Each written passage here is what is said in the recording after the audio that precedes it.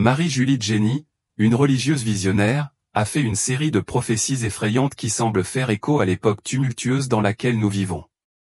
Certaines de ces prédictions, faites il y a plus d'un siècle, semblent préfigurer des événements aussi récents que les Jeux Olympiques de Paris en 2024.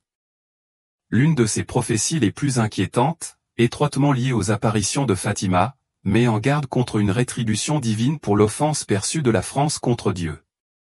Cette prophétie, faite au début du XXe siècle, fait étrangement écho aux inquiétudes soulevées par le troisième secret de Fatima, qui a finalement été révélé au monde en 2000. Les deux prophéties laissent entrevoir un avenir sombre, marqué par des troubles et des souffrances à l'échelle mondiale. Les prédictions de Jenny s'étendent au-delà du domaine des événements géopolitiques. Elle prévoyait également un déclin des valeurs morales, en particulier une indifférence croissante à l'égard du caractère sacré de la vie. Cette prophétie, faite à la fin du XIXe siècle, semble s'être tragiquement réalisée avec la légalisation de l'avortement dans de nombreux pays occidentaux. Si certains peuvent considérer ces prophéties comme une simple coïncidence ou le produit d'une imagination débordante, l'incroyable précision de nombreuses prédictions de Jenny a conduit beaucoup à les prendre au sérieux. Alors que nous naviguons dans les complexités du XXIe siècle, il est peut-être utile de réfléchir à la sagesse du passé et aux avertissements de ceux qui ont pu entrevoir l'avenir. Les récents événements mondiaux, en particulier les éléments blasphématoires incorporés dans les Jeux Olympiques de Paris de 2024, ont déclenché un profond débat. Beaucoup s'interrogent sur les répercussions divines d'un tel mépris flagrant des valeurs spirituelles. La somptueuse cérémonie d'ouverture, avec ses démonstrations provocatrices, notamment une figure légèrement vêtue rejouant une scène chrétienne sacrée et une déesse ailée sans tête, était un affront flagrant au divin. Ces actes audacieux de défiance envers le divin ont attiré l'attention des prophètes. Marie, une voyante du XIXe siècle, prévoyait une série d'événements cataclysmiques comme conséquence d'une telle arrogance. Ces prophéties, prononcées le 20 septembre 1877 et le 4 janvier 1884, dressent le sombre tableau d'un monde ravagé par des tremblements de terre sans précédent, des ouragans et une famine généralisée. Une épidémie mortelle allait s'abattre sur le globe et une pluie rouge sang assombrirait le ciel pendant cette semaine atroce. Le point culminant de cette rétribution divine serait une période de 3 jours d'obscurité totale. Les prophéties de Marie suggèrent que l'impact de ces calamités serait de grande envergure, les 3/4 de la population mondiale succomberait aux épreuves. La France, pays hôte des controversés Jeux Olympiques, serait particulièrement touchée, perdant la moitié de sa population. La terre deviendrait un désert désolé, un lieu de solitude et de désespoir. Cependant, même face à de telles visions apocalyptiques, une lueur d'espoir persiste. Les prophéties de Marie font allusion à une ère future de rédemption divine. Un roi saint, une figure d'une immense puissance spirituelle, émergera pour inaugurer une nouvelle ère de paix et de prospérité. Ce dirigeant mondial unifiera l'humanité sous une seule bannière, établissant un règne de justice et d'amour divin. Bien que la nature exacte de cette ère future reste entourée de mystères, elle offre du réconfort à ceux qui croient en une puissance supérieure. C'est un témoignage du pouvoir durable de la foi et de la promesse d'une intervention divine dans les affaires de l'humanité. Après avoir survécu à cette grande tribulation, les gens seront profondément réveillés, reviendront à la simplicité et auront à nouveau une foi sincère. Les barrières entre les différentes confessions seront supprimées et tous s'uniront autour de Dieu. Examinons de plus près ce que Marie-Julie Jenny a mentionné à propos de la France dans ses prophéties. La France sera le point de départ des châtiments mondiaux, car la France était catholique avant les autres nations et a reçu plus de grâce que les autres pays. La France a reçu la mission de défendre l'Église et la vraie foi dans les temps de persécution et d'hérésie. À cause de ses échecs et de son rejet de sa monarchie bénie du ciel, elle serait frappée la première. Mais ensuite, les châtiments se répandraient dans le monde entier. Paris brûlerait, et Marseille serait engloutie. Plusieurs villes seraient ébranlées et englouties par des tremblements de terre. Les gens croiraient que tout est perdu, et on ne verrait que des meurtres. Voici votre paragraphe avec les orodatages, les mots inutiles supprimés et le texte divisé en paragraphes plus courts et plus lisibles. On n'entendra que le fracas des armes et le blasphème. Il faut qu'il y ait une fin au mal. Si nous le remettions encore, toutes les âmes seraient perdues. C'est-à-dire que s'il ne purifiait pas la terre des pécheurs endurcis, le mal grandirait tellement sur la terre que finalement toutes les âmes justes s'affaibliraient et tomberaient aussi dans le péché. Il faut que ma sainte Église triomphe, ainsi que la trahison. Marie-Julie a aussi annoncé les 3 jours de ténèbres, pendant lesquels les puissances infernales seront lâchées et exécuteront tous les ennemis de Dieu. La crise explosera brusquement. Les châtiments seront partagés par tous et se succéderont sans interruption. La terre sera couverte de ténèbres, et l'enfer sera déchaîné sur la terre. Le tonnerre et les éclairs feront mourir de peur ceux qui n'ont ni foi ni confiance en mon pouvoir. Pendant ces 3 jours d'obscurité terrifiante, aucune fenêtre ne devra être ouverte car personne ne pourra voir la terre et la couleur terrible qu'elle aura en ces jours de châtiment sans mourir sur le coup. Le ciel sera en feu. La terre se fendra. Pendant ces 3 jours d'obscurité, que la bougie bénie soit allumée partout. Aucune autre lumière ne brillera. Personne en dehors d'un abri ne survivra. La terre tremblera au jugement, et la peur sera grande.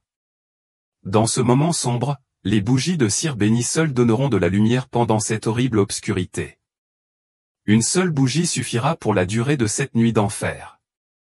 Dans les maisons des méchants et des blasphémateurs, ces bougies ne donneront aucune lumière. Tout tremblera sauf le meuble sur lequel brûle la bougie bénie. Celui-ci ne tremblera pas. Vous vous rassemblerez tous autour du crucifix et de mon image bénie. C'est ce qui éloignera cette terreur pendant cette obscurité. Les diables et les méchants prendront les formes les plus hideuses. Des nuages rouges comme du sang se déplaceront dans le ciel. Le fracas du tonnerre secouera la terre et des éclairs sinistres zébreront les cieux hors saison. La terre sera ébranlée jusque dans ses fondements. La mer montera et ses vagues rugissantes se répandront sur le continent. La terre deviendra comme un vaste cimetière. Les corps des méchants et des justes couvriront le sol. Autre prophétie du futur proche. Au cours de ces extases, Marie-Julie ne reçut pas seulement des conseils spirituels, mais on lui montra aussi des événements du monde entier et on lui prédit ce qui se passerait dans le futur. Le 15 septembre 1879, elle prédit la comparaison culturelle de Bismarck. Le 15 septembre 1881, elle prédit en détail la mort de Mélanie Calvat, la visionnaire de la Lite, survenue le 15 décembre 1904. Elle prédit l'éruption du Mont P en Martinique, puis décrivit les événements horribles tels qu'ils se produisirent, malgré le fait qu'elle se trouvait à l'autre bout du monde. En 1881, on lui montra la guerre du Transvaal, annonçant qu'elle aurait lieu à la mort de la reine Victoria, survenue en 1901. Elle prédit la mort du comte des Chambord, le dernier descendant direct de la maison royale des Bourbons de France, juste avant que le successeur du pape Léon III ne soit choisi. Elle déclara, quelques jours seulement avant le conclave, que le cardinal Adriatique était choisi par Dieu. Son règne sera celui du Christ. Il ne durera pas longtemps et s'appellera Pazu. Elle avait raison de dire que Pazu n'a pas duré aussi longtemps que le pape précédent, nommé Pazu. Pasui, l'ancien cardinal de Venise, a accompli la prophétie en devenant cardinal Adriatique et a été pape pendant 11 ans, tandis que Pazu IX a régné pendant plus de 31 ans. Marie-Julie avait annoncé à juste titre que les Français perdraient leur colonie d'Algérie au profit des Arabes et que les prêtres de ce pays subiraient d'horribles épreuves. Elle avait également prévu la Première et la Seconde Guerre mondiale. Notre Seigneur lui avait promis qu'elle vivrait assez longtemps pour voir le début des châtiments et elle a vécu assez longtemps pour voir la Seconde Guerre mondiale. Ces prédictions se sont poursuivies jusqu'à sa mort, le 4 mars 1941. Sa mort était la prédiction la plus étrange de toutes, étant donné qu'elle n'est pas tombée le jour promis. Notre Seigneur avait promis le 1er décembre 1876 qu'elle mourrait un vendredi, mais elle est morte un mardi. Étant donné qu'elle a révélé correctement tant d'autres événements, en plus de tous les miracles de sa vie qui n'étaient pas d'origine diabolique et qui se sont produits en présence de témoins, comment a-t-elle pu commettre une erreur de ce calibre? Il se peut qu'il n'y ait aucune erreur du tout. La promesse de mourir un vendredi a peut-être été accomplie d'une manière improbable. Dans une extase, Marie-Julie s'est vue montrer un calice mystique placé au-dessus de sa tête. Elle fit une demande inhabituelle, demandant à emporter le calice avec elle sur terre lors de son enterrement. Notre Seigneur répondit, je cacherai mon cœur sous ce voile, et il vivra dans ton cœur. Ton cœur battra comme avant. Ton amour ne ralentira jamais. Tu n'oublieras pas mon nom. Sous la planche du cercueil, le souffle de vie de mon cœur sera transplanté à l'intérieur du tombeau. Qu'est-ce que cela pourrait signifier? Marie-Julie a-t-elle proposé de boire la dernière goutte du calice sacrificiel, comme notre Seigneur dans le jardin de Gethsémani? Dieu a peut-être exaucé son souhait, étant donné que ces dernières paroles enregistrées sont datées de février 1941. Il n'est pas impossible qu'elle soit tombée dans un coma mortel le 4 mars, ou que sa dernière extase sur terre avant sa mort ait été si profonde qu'elle ait été prise pour une mort réelle à cette date, comme cela est arrivé auparavant à un certain nombre de mystiques mentionnés dans les annales de l'Église. Sa dernière pénitence a peut-être été de rester en vie dans le cercueil et de mourir ainsi un vendredi comme promis. Le véritable jour de sa mort reste complètement inconnu et caché aux yeux de ses amis et de sa famille. Bien sûr, les prophéties exactes et les miracles défiant la science ne cessent jamais pour un vrai mystique. De nombreux miracles se produiront après leur mort pour prouver que la visionnaire était authentique. Elle prédit, 8 mois après sa mort en 1878, que Pie IX serait un jour élevé à une très haute sainteté. Certains pensaient qu'elle parlait de canonisation et que sa sainteté sauverait Rome de terribles calamités. À cette époque, Pie IX était déjà bien en voie d'être canonisé officiellement. Le pape Jean-Paul II l'a proclamé vénérable le 6 juillet 1985, puis l'a béatifié le 3 septembre 2000. En outre, les prophéties de notre Seigneur concernant le cœur de Marie-Julie peuvent être une double révélation, d'abord pour sa mort cachée, comme mentionné ci-dessus, et plus tard comprise littéralement comme un grand miracle pour les temps futurs. Si et quand elle sera exhumée, son cœur sera retrouvé battant. Marie-Julie Jane est née à Coyolles le 12 février 1850, dans le village de Blain, en Bretagne, en France. Lorsqu'elle avait 3 ou 4 ans, sa famille s'installa dans une maison de campagne dans un hameau appelé La Fraude, juste au nord-est de Blain, où elle vécut le reste de sa vie. Elle était l'aînée de 5 enfants et, comme beaucoup d'âmes choisies par Dieu, elle venait d'un milieu modeste. Ses parents étaient des paysans travailleurs et pieux. Ils ne se doutaient pas que leur fille recevrait un nombre extraordinaire de grâces du ciel et se verrait confier une mission spéciale, répandre l'amour de la croix et l'importance de la sainte souffrance, devenant une âme victime pour réparer devant Dieu et sauver les pécheurs. Le ciel rappellerait au monde les châtiments à venir prédits par tant d'autres saints et mystiques. Elle prévenait aussi ceux qui l'écoutaient sur la façon de se préparer spirituellement et temporellement, rappelant une fois de plus les nombreuses prophéties passées concernant l'apparition d'un grand monarque, d'un saint souverain aimé du ciel, qui restaurerait la foi catholique romaine après des années de châtiment, de persécution et de désolation. Cela se ferait en union avec un pontife angélique qui régnerait sur l'Église catholique romaine dans les derniers jours avant l'apparition de l'Antéchrist. Ce temps final de paix et de triomphe promis serait le plus grand que l'Église et le monde aient jamais connu. Le premier signe de la vie extraordinaire destinée à Marie-Julie commença très jeune lorsqu'elle entendit, à l'Église, une voix intérieure lui dire « Reste encore un peu avec moi ». Dès lors, elle fut attirée par le tabernacle et passait de longues heures en prière. L'église où trouver un endroit calme pour prier et méditer. Plus âgée, elle entra dans le tiers-ordre de Saint-François et fut toujours pour la paroisse un parfait modèle de modestie, de piété et de perfection spirituelle, recevant la Sainte Communion avec la dévotion d'un ange, selon les témoins. Le 22 février 1873, peu avant ses 23 ans, Marie-Julie tomba gravement malade et fut sur le point de mourir. Notre-Dame lui apparut et lui dit qu'elle serait guérie mais lui demanda aussi si elle serait prête à souffrir les mêmes agonies que son fils. Marie-Julie accepta de s'offrir comme âme victime. Le 15 mars, la Vierge apparut de nouveau et demanda une seconde fois si elle était prête à souffrir. Marie-Julie répondit une fois de plus qu'elle était prête. Les agonies qu'elle promettait de subir étaient prédites à l'avance, ce qui permit aux témoins de voir l'apparition des blessures miraculeuses. Les 5 plaies furent les premiers stigmates qu'elle reçut, qui apparurent le 21 mars 1873. Cependant, d'autres agonies devaient suivre.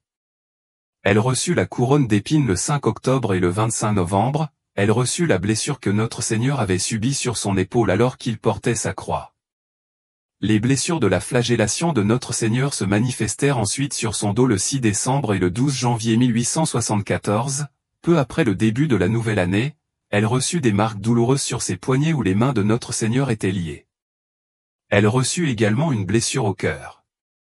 2 jours plus tard, elle reçut d'autres marques de flagellation sur ses chevilles, ses jambes et ses avant-bras. 2 jours après, elle subit 2 coups de fouet au côté. La passion de Notre Seigneur se manifeste peu à peu sur son corps. Cependant, une nouvelle et mystérieuse blessure apparaît à l'annulaire de sa main droite le 20 février 1874. C'est une bague de fiançailles en sang, qui montre qu'elle a été choisie par Notre Seigneur comme épouse spirituelle. Une dernière et très étonnante marque de stigmate apparaît ensuite le 7 décembre, également vue par des témoins, blessure qui ne se manifeste pas chez d'autres stigmatisés de l'Église. Une croix et une fleur apparaissent sur sa poitrine, avec les mots Crux, qui signifie le salut à la croix, accompagnés de parfums extraordinaires émanant de son corps. Le 25 juin 1875, Notre Seigneur lui promet, « Je ne tarderai pas à vous faire connaître mes secrets. » Bientôt le secret sera découvert, et le monde entier sera témoin de mon amour et de ma puissance. 3 jours plus tard, Notre Seigneur promet encore, « J'opérerai pour vous de plus grands miracles que pour votre sœur Marguerite Marie. » Un nouveau nom lui fut accordé, comme cela est souvent indiqué dans les Écritures lorsque Dieu appelle une âme choisie à un nouveau mode de vie à son service. Car elle répondit humblement lors d'une extase datée du 14 mars 1876, que saint François d'Assise lui apparut avec une pierre blanche, apparemment une grande pierre angulaire pour la grande et sainte œuvre de la croix qui devait commencer à la fraude. Notre Seigneur bénit la pierre, puis des anges apportèrent un livre portant son nouveau nom en lettres d'or. Je vois mon cher époux. Cet endroit est marqué où je vais te garder en ma présence. Cette pierre est une pierre blanche, sculptée, apportée du ciel par mon saint François. Notre Seigneur la bénit. Des anges l'entourent. D'autres anges apportent un livre ouvert, écrit en lettres d'or et de sang. Je vois mon nom signé en haut du livre. Dites-moi ce que cela signifie. Je vois mon nom, Marie-Julie du Crucifix. Marie-Julie révéla alors que le livre mystique ne serait ouvert que 7 mois après sa mort. C'est seulement alors que l'œuvre de la croix, commencée de son vivant, commencerait à se répandre sérieusement, sauvant de nombreuses âmes. Comme pour proclamer Marie-Julie dans sa mission d'âme victime et d'épouse du Christ, le Père éternel lui demanda son nom le 1er août 1876. Je suis Marie-Julie du Crucifix, Vierge de la Croix, le grand signe du moi pécheur, Méline, repentie, contrite, pénitente et pardonnée. Ma chère épouse qui a promis la grâce à qui il a donné la fleur, il a fait de moi son épouse. C'est moi qu'il récoltera bientôt la moisson de la croix de souffrance, de l'Eucharistie, des saints stigmates. Notre Seigneur révélera plus tard à Marie-Julie sa mission le 27 octobre 1887, avec sainte Marguerite Marie qui l'accompagne. Victime de mon Sacré-Cœur, et toi, victime de ma croix. Tu n'es pas choisi pour la même œuvre. La bienheureuse Marguerite Marie a été choisie pour publier la gloire de mon Sacré-Cœur, et toi, tu es choisi pour publier la gloire de ma croix. Tu es la victime de mon Sacré-Cœur. Tu es la victime de ma croix. L'œuvre de ma croix est belle et grande. Elle suivra rapidement l'œuvre du Sacré-Cœur. Apparemment, Monor Fournier, l'évêque local de Na, a commencé une enquête immédiate sur les apparitions graduelles des stigmates miraculeux de Marie-Julie et ses extases extraordinaires au début des années 1870, époque à laquelle elles sont apparues pour la première fois. Il a confié les investigations médicales nécessaires au docteur Imar Gorard, professeur à la faculté de médecine de Clermont-Ferrand. Quand il lui demanda ce qu'elle avait vu quand elle avait reçu les stigmates, elle répondit, « Quand j'ai reçu les stigmates, Notre Seigneur m'est apparu avec des plaies rayonnantes. C'était comme si un soleil les entourait. Un rayon lumineux sortait de chaque plaie et frappait mes mains, mes pieds et mon côté. Au bout de chaque rayon, il y avait une goutte de sang rouge. Le rayon qui partait du côté de Notre Seigneur était 2 fois plus large que les autres et avait la forme d'une lance. La douleur que j'ai ressentie était grande, mais elle a duré à peine 1 seconde. Le médecin a rapidement constaté que, dans le cas de Marie-Julie, ces blessures n'étaient pas d'origine naturelle ou auto-infligée et qu'elles étaient bien d'origine surnaturelle. Le médecin a continué les investigations des années plus tard et a été témoin de nombreux événements miraculeux. Les stigmates saignaient tous les vendredis, puis plus tard seulement le vendredi saint, mais la douleur des différentes plaies continuait à augmenter, particulièrement le vendredi. Dans certaines occasions spéciales, les stigmates présentaient des événements miraculeux, qui étaient toujours annoncés à l'avance. Le jour de la Toussaint 1884, Notre Seigneur a déclaré qu'il envelopperait Marie-Julie d'un manteau de lumière, ce qui s'est accompli en décembre de la même année, le jour de la fête de l'Immaculée Conception. Sa famille a été témoin d'un jet de lumière, de la taille d'un petit pois, irradiant des blessures de ses mains, qui a duré environ 5 minutes. Marie-Julie était prête à souffrir davantage pour le salut des pécheurs et a été frappée de maladies et de tourments physiques étranges et inexplicables, dont le médecin a également été témoin. Un de ces cas a commencé en juin 1880, qui avait également été prédit à l'avance. Elle souffrait d'horribles agonies pendant ses extases les lundis, mardis et jeudis de chaque semaine, prédisant chaque fois le type de souffrance qu'elle subirait, dont le médecin a été témoin. L'offrande complète de ses sens commença plus tard dans l'année, comme elle le prédit à nouveau le 19 décembre. Comme pour ses stigmates, chaque sens fut affecté par étapes. Le mardi suivant sa prédiction, elle perdit la parole et l'ouïe. 3 jours plus tard, elle devint aveugle. La souffrance incluait aussi une étrange transformation de sa langue, qui devint immobile, dure comme la pierre, et complètement repoussée vers l'arrière, la pointe repliée vers le bas, bloquant complètement sa gorge. Sa bouche se referma alors et ses lèvres restèrent immobiles. Elle fut cependant délivrée de ce mal à un moment donné. Le 10 février 1881, elle révéla les prochaines étapes de son atroce martyre. Notre Seigneur lui demanda si elle était prête à souffrir à nouveau, et elle accepta. Les attaques du diable et les années de persécution. Marie-Julie a également dû lutter contre le diable et ses ruses dès le moment où elle reçut les premiers stigmates. Notre-Dame l'a prévenue à l'avance à plusieurs reprises. Le 26 avril 1874, la Vierge lui donne un dernier avertissement, mais elle lui promet de ne jamais l'abandonner au milieu de ses nouvelles épreuves. 15 minutes après cet avertissement, le diable tente de faire de son mieux. Il frappe Marie-Julie et la couvre de bleus et de coupures qui ne s'infectent jamais et qui guérissent rapidement et miraculeusement avec de l'eau bénite. Il détruit ses sacramentaux, casse ses chapelets, fait tomber ses images saintes des murs, jette son crucifix au sol et fait tomber par terre les objets bénis. S'il ne les détruit pas ou n'essaie pas de leur infliger des dommages, il les fait disparaître. Parfois, s'il y a des témoins présents, il essaie de les pousser eux aussi. Ensuite, il essaie d'autres manifestations, apparaissant sous la forme d'une bête effrayante, d'animaux ou sous sa forme hideuse habituelle, menaçant de réussir à damner son âme à n'importe quoi pour essayer de la forcer à abandonner sa mission de sauver les âmes.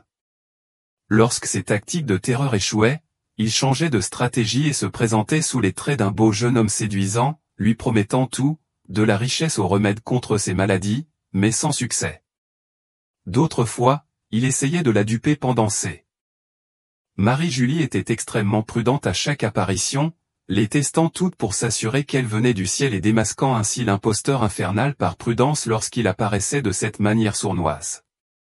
Si un visiteur mystique se soumettait et faisait un acte d'amour au Sacré-Cœur, elle savait que l'apparition était vraie. Quand c'était Satan, il s'envolait soudainement lorsqu'elle le lui demandait. Parfois, elle pouvait facilement voir à travers le déguisement. Si le démon apparaissait comme un saint, le halo manquait de ces glorieux rayons de lumière où le symbole de la croix n'était pas représenté correctement sur ses vêtements ou ses vêtements, apparaissant pliés ou tordus. Après cette première période d'épreuve causée par le diable, Saint Michel vint et lui rendit tous les objets que Satan lui avait volés, lui donnant une période de paix jusqu'en janvier 1875, après quoi une nouvelle série de tourments devait commencer. Satan adopta de nouvelles stratégies effrayantes avec ses apparitions infernales, se présentant sous la forme d'un prêtre, sans doute pour lui faire croire qu'il était un visiteur humain terrestre, comme beaucoup qu'elle recevait. Mais elle remarqua la ruse lorsqu'elle remarqua que le prêtre n'avait pas de croix sur son étole. Le diable essaya de lui donner un espoir sous cette forme, mais elle refusa. nous ne pouvons qu'imaginer avec horreur ce qu'il essayait vraiment de lui donner, car il tentait de l'empoisonner à d'autres occasions et de la forcer à avaler des objets qui lui retournaient l'estomac. Une fois, il essaya de la forcer à manger de l'herbe. D'autres fois, il lui fourra une fiole de sang empoisonné dans la bouche, puis la referma. Elle ne put ouvrir la bouche qu'après que son directeur spirituel, le père David, eut prononcé le rite d'exorcisme sur elle. Il y eut des moments où le diable essaya de lui fermer la bouche et de l'empêcher de recevoir la sainte communion du père David, mais il se tint là patiemment avec le Saint-Sacrement devant sa bouche jusqu'à ce que le diable soit obligé de la libérer. Ces attaques ne furent pas sans fruit, car elles constituaient des moyens de sacrifice supplémentaires qu'elle pouvait offrir pour sauver des âmes. Cependant, il lui arrivait parfois de se débarrasser de lui en l'aspergeant d'eau bénite. Marie-Julie Jahenny vivait des états extatiques avec une fréquence remarquable. Ces événements surnaturels, semblables à ceux vécus par d'autres mystiques, étaient marqués par plusieurs phénomènes distinctifs. Ses perceptions sensorielles se suspendaient, la rendant imperméable aux stimuli extérieurs. Elle restait insensible aux piqûres, aux brûlures ou même aux lumières vives. Dans certains cas, son corps défiait la gravité, l'évitant sans effort. Sa conscience spirituelle accrue lui permettait de discerner le sacré du profane. Elle pouvait identifier avec précision les objets bénis et non bénis, en particulier les hosties consacrées. Lorsqu'on lui présentait une hostie bénie, elle exprimait sa révérence par des baisers profonds. Inversement, elle restait indifférente ou insensible aux objets non bénis. Un exemple poignant de ce phénomène se produisit le 18 octobre 1877. Au cours d'une reconstitution mystique du chemin de croix, Marie-Julie s'arrêta et demanda une image de saint François. Un prêtre de passage lui en offrit une de son bréviaire, mais elle resta immobile, ne montrant aucun signe de vénération. Le père David, constatant que l'image n'était pas bénie, rectifia rapidement la situation. Marie-Julie embrassa ensuite respectueusement l'image bénie. Un incident similaire se déroula au cours de la même extase. Des visiteurs lui présentèrent un rosaire, mais elle refusa de l'embrasser ou de le vénérer. Après enquête, on apprit que le crucifix d'origine avait été perdu et remplacé par un crucifix non béni. Une fois le crucifix de remplacement béni, le comportement de Marie-Julie changea. Elle embrassa le rosaire avec affection, embrassant à la fois le crucifix et les perles avant de reprendre sa souffrance mystique. La visionnaire était un canal de révélation divine, partageant souvent des idées surprenantes sur les reliques sacrées. L'un de ces cas concernait une relique qui lui avait été présentée pendant un état extatique. Sans connaissance préalable, elle identifia avec précision un fragment de la lance qui avait percé le flanc du Christ, contenant miraculeusement un morceau de son cœur. Cette relique, appartenant au marquis de la Fronnerie, reste en possession de la famille à ce jour. Au-delà de ces rencontres extraordinaires avec des objets sacrés, la visionnaire eut le privilège de recevoir d'innombrables visiteurs célestes lors de ses extases. Notre Seigneur et Notre-Dame étaient ses compagnons constants, lui offrant réconfort et conseils spirituels. Elle eut également l'honneur d'être témoin de la présence du Père éternel et du Saint-Esprit, qui lui apparurent sous la forme d'une colombe ou d'une langue de feu. Une myriade de saints, célèbres ou inconnus, l'honorèrent de leur présence, partageant des détails intimes de leur vie et corrigeant des inexactitudes historiques. Sa familiarité avec Saint Joseph atteignit un sommet humoristique le 1er avril 1880. Au cours d'une extase, elle taquina et plaisanta avec le saint de manière enjouée, employant un peu de coercition douce pour obtenir les faveurs divines. Finalement, notre Seigneur intervint, sauvant son père adoptif de ses supplications persistantes.